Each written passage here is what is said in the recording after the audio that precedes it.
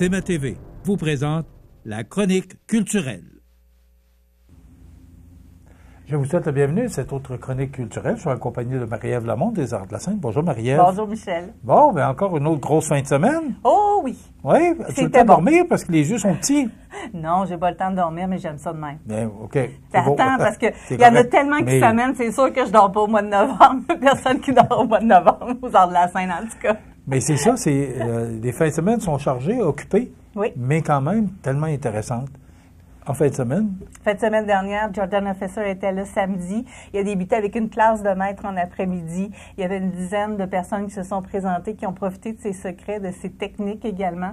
Et on m'a dit que... C'était à l'école C'était à l'École internationale de musique de Montmagny. Parce qu'on avait invité les gens. Il y avait au moins une quinzaine de personnes, une dizaine de personnes, je crois, avec leur guitare, qui voulaient parler musique aussi. Et ils ont vraiment apprécié leur expérience. Il y en a quelques-uns qui sont restés en soirée parce que c'était le spectacle au Cabaret Cogeco à 20h samedi. Et là, tout le monde, je vous dirais, dans la pièce au cabaret, a apprécié sa soirée. C'était électrisant.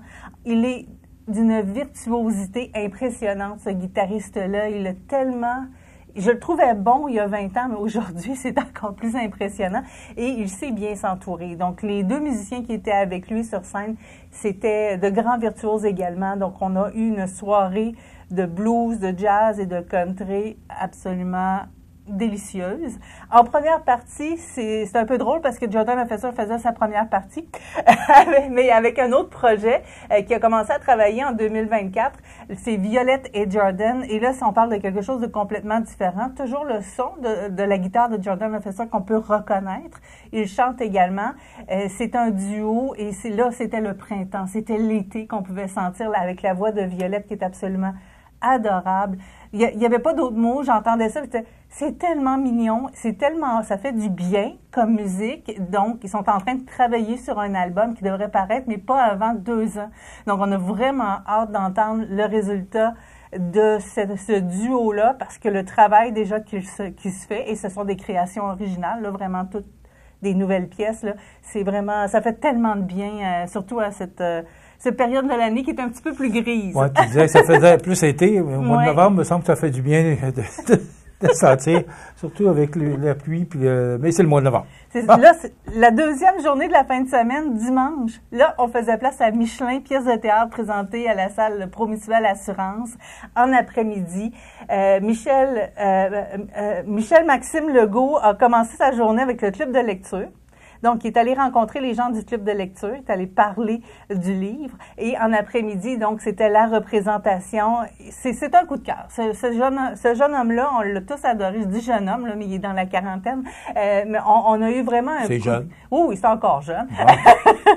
Mais on a eu vraiment un coup de cœur pour ce garçon qui s'exprime très, très bien, qui exprime tout ce qui se passe dans sa vie aussi. Avec la pièce de théâtre, les gens se sont reconnus. Il y a des étudiants, j'entendais les étudiants du Centre d'études collégiales de Montmagny, les étudiants de Sylvana Buteau, qui sont allés voir Sylvana après, puis ils ont dit, ben, madame, vous nous avez amené à la pièce de force, là, parce qu'on est obligé de voir une pièce de théâtre, mais il dit, on s'est tellement reconnus là-dedans, on a tellement aimé ça, parce qu'il y a tellement de types de théâtre à découvrir aujourd'hui. Ils vont se faire moins tirer l'oreille la prochaine fois. Je pense que oui, surtout si on les offre des productions. Mais c'est particulier un peu, là. C'est pas une pièce de théâtre comme on voit là, normalement ou habituellement. Tu vois, Michel, oui, il y a les grands classiques. C'est ça qu'on a l'habitude de présenter. Puis c'est ce qui est souvent présenté en tournée également parce que les gens connaissent et ça va rejoindre beaucoup de gens.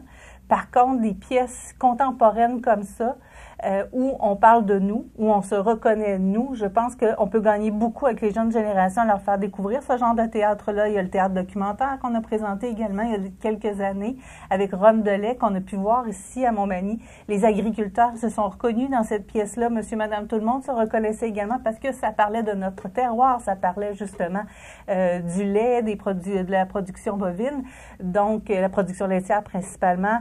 Je pense que en offrant toutes sortes de types de théâtre, parce qu'il y en a vraiment beaucoup, comme il y a autant de... il y a plusieurs genres musicaux, il y a plusieurs genres théâtraux aussi. C'est juste qu'il faut les découvrir, puis je pense qu'on est encore à découvrir ce genre de choses-là. Et on a, heureusement, les Arts de la Seine pour nous faire découvrir ces talents-là. Mais il y a aussi, oui, il y a les Arts de la Seine qui sont là pour ça, mais il y a également les écoles qui répondent présents, bon point. qui y vont, qui font des sorties scolaires. C'était le cas lundi matin. Donc, la pièce Michelin a été présentée à des jeunes de l'école secondaire de Saint-Charles et de la rencontre à Saint-Pamphile qui sont venus à la salle Promutuelle pour assister et qui, eux aussi, se sont reconnus là-dedans. Donc, si aujourd'hui, c'est comme les récits de quelqu'un de 40 ans, ça touche quelqu'un de 12, 13, 14, 15 ans, bien, c'est parce que c'est vraiment, ça va toucher tout le monde, ce genre de récit-là.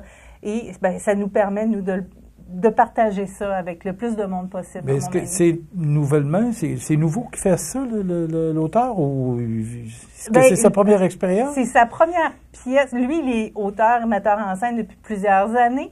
Auteur, non, parce qu'il a commencé vraiment avec cette pièce-là, Michelin. Il fait la tournée avec sa pièce. Donc, on le voyait sur scène avant, mais qui joue son propre texte, c'est la première fois, effectivement. Okay. Donc, et là, on va le voir avec Micheline que tu mentionnais? Oui, il y a possibilité. Ça, il nous a annoncé qu'il est en train d'écrire Micheline, qui est le nom de sa mère, et Yvon, qui est le nom de son père. Donc, dans les prochains mois, on devrait voir apparaître Micheline tout d'abord en librairie, et ça devrait se transformer en pièce de théâtre. Donc, ça se pourrait qu'on revoie Michel-Maxime Legault à Montmagny là, sur la scène avec... nous, on est prêts à l'accueilir n'importe quand. Il est tellement adorable. Il fait vraiment quelqu'un de gentil. Il fait du chemin avec ça? Ben oui, voilà, Michel. Tu ne fais pas la manquer. Bon, OK. En fin de semaine. Oui, en fin de semaine, on continue avec quelque chose, avec la relève, avec quelque chose de très contemporain. C'est, d'ailleurs, tu y as parlé et tu vas présenter l'entrevue bientôt. C'est Émile Bourgault qui va être là au Cabaret Cogeco vendredi soir à 20h. Formule cabaret, moi j'aime beaucoup ça. On vient de le vivre avec Georgiana Fessa. C'est vraiment... On est dans une bulle, vraiment très, très près de l'artiste. On est dans le cabaret, d'ailleurs. Oui, ben voilà, c'est vraiment une bulle qu'on va vivre. C'est très intime. Donc, il va nous présenter Tant mieux, qui est son premier album. Il a seulement 22 ans, Émile Bourgault. Oui, Maria, il faut que je te le mentionne. Oui. Je le mentionne dans l'entrevue qui sera présentée dans l'émission de demain. Parce que pour son horaire, on a dû enregistrer l'entrevue, mais ce jeune homme, il est articulé. Puis je lui ai dit d'ailleurs, une belle entrevue, il est jasant, il explique, tu sais, il y en a des fois qui vont répondre oui, non, peut-être, là, mais là, lui, des réponses complètes. Il est intéressant, puis en plus, c'est que ce gars-là a déjà des nominations, puis il a 22 ans. Oui, absolument. Alors, du talent. Moi, j'ai été impressionné pour l'entrevue que j'ai réalisée. Manquez pas ça demain, là. Et il est en spectacle vendredi. Oh oui, c'est dans mes coups de cœur. J'ai écouté son album et j'ai fait « wow ». Quelle sorte de musique? Je l'ai toujours y posé, là. C'est rock? C'est un peu plus électropop, mais il y a du rock à travers tout ça également. Donc, je crois que c'est dans l'air du temps. C'est vraiment dans l'air. Il écrit sa musique, il écrit ses paroles, il en écrit pour d'autres également. Donc, il est vraiment à découvrir. Je pense qu'on va le voir de plus en plus sur la scène et sur la scène québécoise, que je devrais dire, là, au-delà de scène physique, là, Émile Bourgault. Donc, pour une première étape, on vous invite vraiment, c'est ce vendredi. Donc, 20h au Cabaret Cogeco pour venir le découvrir. Et vous ne serez pas déçus, ça, c'est certain. Je ne vais pas vous raconter ça dure 15 minutes, là, mais la discipline de ce jeune homme-là, parce qu'il dit qu'à tous les matins, en se levant, il écrit. Oui. Et j'ai dit discipline. Il dit oui, il faut être discipliné dans ce métier-là pour réussir. Fait qu'il dit tous les matins, j'en manque pas un, j'écris. C'est pas l'image qu'on a des artistes, mais voilà. Oui, mais surtout qu'il a 22 ans. Tu sais. Alors, Émile Bourgault. On va le revoir. L'entrevue, je vous rappelle, dans l'émission de demain. Oui. Samedi, on s'en va dans un autre univers complètement aux Arts de la scène, à la salle Édouine Bélanger à 20h. On s'en va dans les années 80 avec l'extravagante Rita Baga. Donc, si vous aimez les grands succès des années 80, Rita Baga va vous les faire parce que là, Rita Baga chante. Ça n'est plus du lip-sync. C'est encore très extravagant, maquillage, perruque, costume et tout. Mais on s'en va vraiment avec un band, avec un groupe sur scène. Rita Baga va vous chanter les grands succès des années 80. On vous invite à vous décorer. Celui qui faisait ça dans le temps, qui était si populaire dans le temps de la tulipe, là... Gilda? Gilda? Oui. Non, mais ça me fait penser... Oui, c'est le pas du disco puis des années 80, mais oui. Dans les années 2025, là. Mais c'est un peu le style, on dirait, qui revient oui. de Gilda, qui était tellement populaire. Bien là, Rita Baga vous invite vraiment. Rita Baga est populaire aussi. Oui, très populaire. Puis le spectacle s'appelle Spraynet. On vous invite à sortir votre Spraynet, à sortir vos gros cheveux crêpés de l'époque avec vos habits fluo pour s'amuser parce que c'est vraiment un party des années 80 qu'on vous propose. Des belles années disco. Ouais. Ben non, disco, c'est plus 70, Michel. Fin 70. Ouais. Donna Summer est arrivée vers la fin des années 70. Ça, là-dessus, là. Oui. On pourra en parler longtemps. Ouais, mais là, on va aller plus vers Corey Hart et compagnie. Voilà. Rapidement, la semaine d'après, on a le spectacle Elle avec Luce Dufault, Lulu Hughes et Kim Richardson. C'est complet. C'est complet. Plus de succès, billets. Succès et succès. Succès et succès. Et le dimanche en après-midi, à 15h, là, on parle du 16 novembre, toujours à la salle Edwin Bélanger, c'est 360 MPM qui sera sur place pour le spectacle de danse Sa Groove. Il y aura un atelier de musique house, de danse house après. On va vous donner plus de détails la semaine prochaine pour vous inscrire, si vous voulez vous inscrire à l'atelier. Mais là, Sa Groove, c'est du breakdance, du popping, du hip-hop. C'est vraiment avec une musique créée pour le spectacle qui est très, très enlevante. Ce sont des danseurs professionnels que vous allez voir sur scène. C'est impressionnant, je vous le dis. Donc, pour les amateurs de danse ou ceux qui veulent découvrir, vous allez passer un bon moment. Ça, c'est garanti aussi. Bon, on est mercredi, donc demain, jeudi, c'est la dernière présentation du film parce que ça commence toujours le vendredi. C'est ça. Alors, donc, on termine avec quoi Ma aujourd'hui et demain? est une sorcière. Donc, notre film d'Halloween, Un conte pour tous, qui Est-ce que rallie ça vraiment fonctionne? tous Est-ce les qu'il y a du âges. monde? Oh, mon Dieu, oui. Énormément. Oui, beaucoup. Parce que on manque de stationnement. Oui, il y a beaucoup de promotion qui est faite autour de ce film-là. Oui. Puis il y a des gens vraiment de tous les âges qui viennent profiter du film et ça nous fait vraiment plaisir de pouvoir voir ça. Un film québécois, on vous le rappelle, avec Marilyn Castonguay et Pierre-Luc Cardinal qui parle d'une petite fille qui vit le divorce de ses parents puis qui espérerait que ses parents reviennent ensemble. Mais là, il y a une mystérieuse belle-mère qui arrive, qui a ensorcelé son père. Puis elle se dit non, c'est une sorcière. Donc, elle va essayer de démontrer que c'est une sorcière. Donc, mais là, on vous le raconte en version enfant. C'est de l'humour. C'est léger, mais en même temps, c'est la préadolescence, c'est le divorce des parents, c'est l'arrivée de quelqu'un de nouveau dans la famille. C'est tout ça qu'on voit dans ce film-là qui dure. C'est très court, c'est 1h20, donc vous allez passer un bon moment, tout est condensé. À partir de samedi, parce qu'il n'y a pas de vendredi, on a un spectacle, donc il n'y a pas de cinéma. Donc, à partir de samedi, on vous présente Un voleur sur le toit, qui est une chronique biographique c'est général, mais déconseillé aux jeunes enfants avec Tatum Channing. Vous avez peut-être vu, ou Channing Tatum plutôt. C'est lui qui, c'est une histoire vraie d'un homme, père de famille, ancien militaire, qui avait besoin d'argent. Donc, il a décidé de commencer à faire des hold-up dans des McDonald's en passant par le toit. Donc, on l'appelait le Roofman, le voleur sur le toit.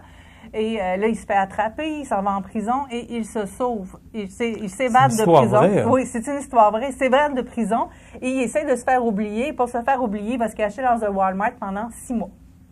Donc, qu'est-ce qui se passe? Il va rencontrer quelqu'un, justement, au Walmart. Il va tomber en amour. Comment t'expliques ta vie? Comment tu fais pour pas qu'elle se rende compte, cette personne-là, que tu vis dans un Walmart et que tu es en évadé de prison? Donc, voilà. Donc, oui, c'est une histoire vraie, mais je pense qu'il va y avoir de beaux sourires. On va bien rigoler dans tout ça. On a aussi les aventuriers voyageurs qui s'amènent les 9 et 10 novembre en compagnie de Philippe Laprise. On s'en va au Portugal. Donc, beaucoup d'improvisation, mais beaucoup d'humour parce que c'est Philippe Laprise et des images extraordinaires. Mais c'est quoi? C'est exceptionnel ou si oui, c'est un hors-série. Ça en va là-dedans? Celui-là, non, ça en va pas là-dedans. C'est vraiment un épisode qu'il a fait en compagnie des aventuriers voyageurs, mais il a fait quelques émissions de voyage. Il s'intéresse beaucoup à l'histoire. Il est allé voir le canal de Panama, entre autres, il y a quelques années pour voir toute l'histoire par rapport à ça. Ça l'impressionne. Il aime les bateaux aussi. Ben là, cette fois-ci, on va au Portugal, on visite, puis on amène notre ami caméraman, puis on s'amuse. Puis on présente ça aux gens, donc on va vraiment s'amuser. Ça, c'est certain. Ça, c'est en fin de semaine. Mais voilà, ça complète pour cette chronique de cette semaine. Alors, tu peux prendre ton souffle. Merci. À la semaine prochaine. Voilà, ça complète.